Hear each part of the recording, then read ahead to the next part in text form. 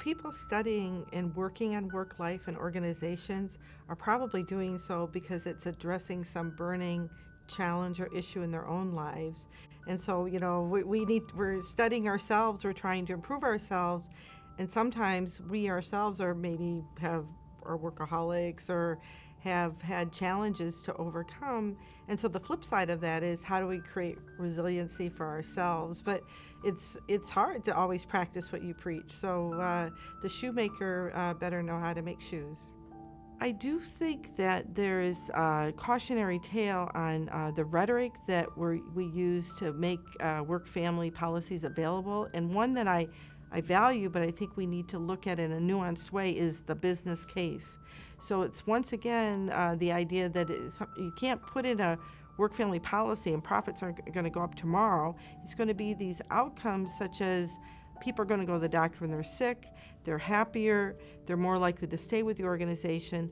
We need to start looking and costing out these things that are really affecting the bottom line, but we might not think of them as bottom line measures. So maybe this triple bottom line where we measure well-being of employees, well-being of customers, and well-being of profits. And I hope that we can move to this way of assessing well-being for multiple stakeholders at the high end of the labor market and at the low end as well.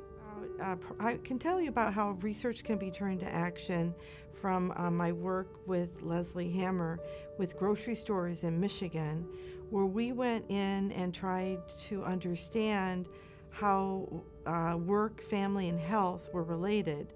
And we really saw that supervisors want to be good managers, but not every supervisor has really learned the behaviors of how to support work and family. So we came up with a training program that taught 4 behaviors: emotionally supportive, so like saying hi in the morning, and how was your day, how was your weekend, and there were several other forms, but we just did small changes of training supervisors on how to interact and support work life, and we found increases in health in terms of reduction of depressive symptoms.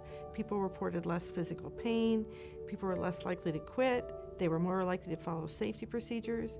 So it's not like you put in work-family policy, profits go up tomorrow. What's going to happen is people are going to be less likely to want to quit, they're going to stay with you, you're going to have better workers applying to work at your company, you might be able to trade off a little bit of pay for flexibility if it's flexibility that helps the workers, and people might be willing to go the extra mile.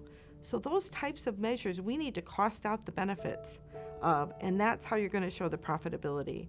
Or little things like people going to the doctor when they're sick, or people showing up at their kids' parent-teacher conference, and that leads into less problems in the community because kids are staying in school.